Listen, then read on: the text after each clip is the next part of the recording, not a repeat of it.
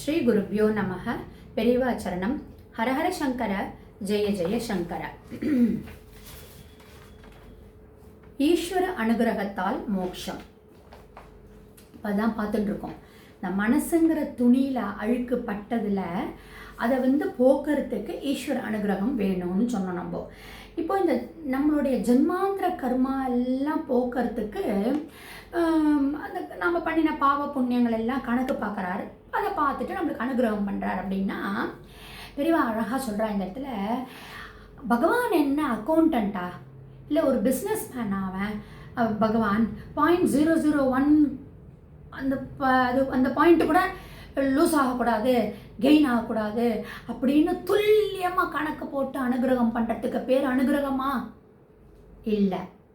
பகவான் அப்படி நம்மளுக்கு பண்ண மாட்டாராம். ஃபர்கிவ் பண்ணுவாராம். பரவாயில்ல, போனால் போயிட்டு போகிறது, இவ்வளவு புண்ணியங்கள் பண்ணியிருக்கான்ல அவன், இத்தனோண்டு கொஞ்சம் பாவம் பண்ணியிருக்கான், பரவாயில்ல, அது இது ப்ளஸ் இருக்குது மைனஸ் ஆகிடும். ஸோ அப்படி பார்த்து பண்ணக்கூடியது தான் பகவானுடைய அனுகிரகம்.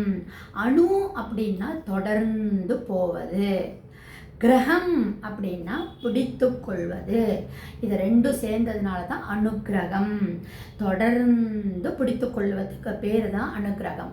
எப்படி பெரியவா சொல்கிறா அப்படின்னா, நாம் ஈஸ்வரனை தொடர்ந்து பிடிச்சு கொள்றதுக்காக முயற்சி செஞ்சுட்டு போயிட்டு இருக்கோம். இந்த இந்திரியங்களை எல்லாம் அடக்கிண்டு பகவானை பிடிச்சிக்கணும் அப்படின்னு நாம் தொடர்ந்து போயிட்டு இருக்கோம். பகவான் என்ன பண்ணுறார்? நம்மளை பின்னாடி தொடர்ந்து வந்துட்டு நம்மளுக்கு அனுகிரகம் பண்ணுறதுக்கு ரெடியாக இருக்கார்.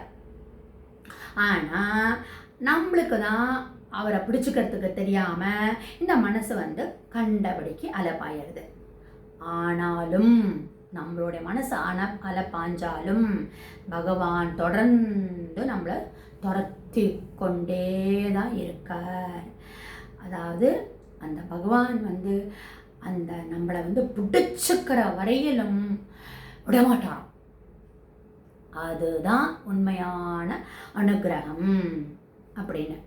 மாயையை கிரியேட் பண்ணவர் அவர் தான். அந்த மாயையிலேருந்து நம்மளை விடுவிக்க போகிறவதும் அவர் தான்.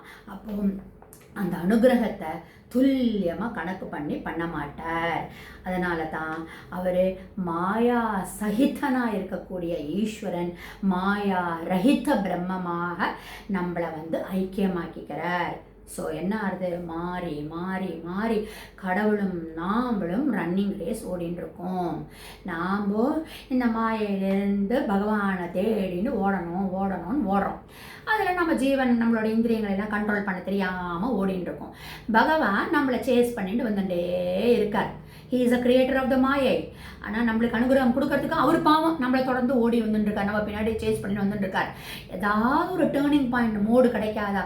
அந்த ஜங்ஷனில் அவன் திரும்ப மாட்டானா? அப்போ திரும்பினா அவனை பட்டார்னு நம்ம அவனை பிடிச்சணும்லாமே, அப்போ நம்மளோட அனுகிரகத்துக்கு அவனுக்கு கொடுக்கலாமேன்னு இவர் நம்மளை துரத்திட்டு வரார்.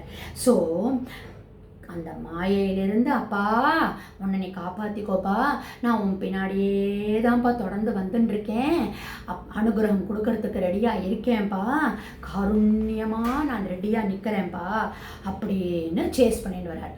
நாம் அந்த கரெக்டான இந்திரியங்கள் எல்லாம் கண்ட்ரோல் பண்ணிட்டு, மனசெல்லாம் கண்ட்ரோல் பண்ணிட்டு, வெள்ளை வெளியேறு அழுக்கெல்லாம் இல்லாமல் வச்சுட்டோம் அப்படின்னா டக்குன்னு அவர் நம்மளை கேட்ச் பண்ணிவிடுறார்.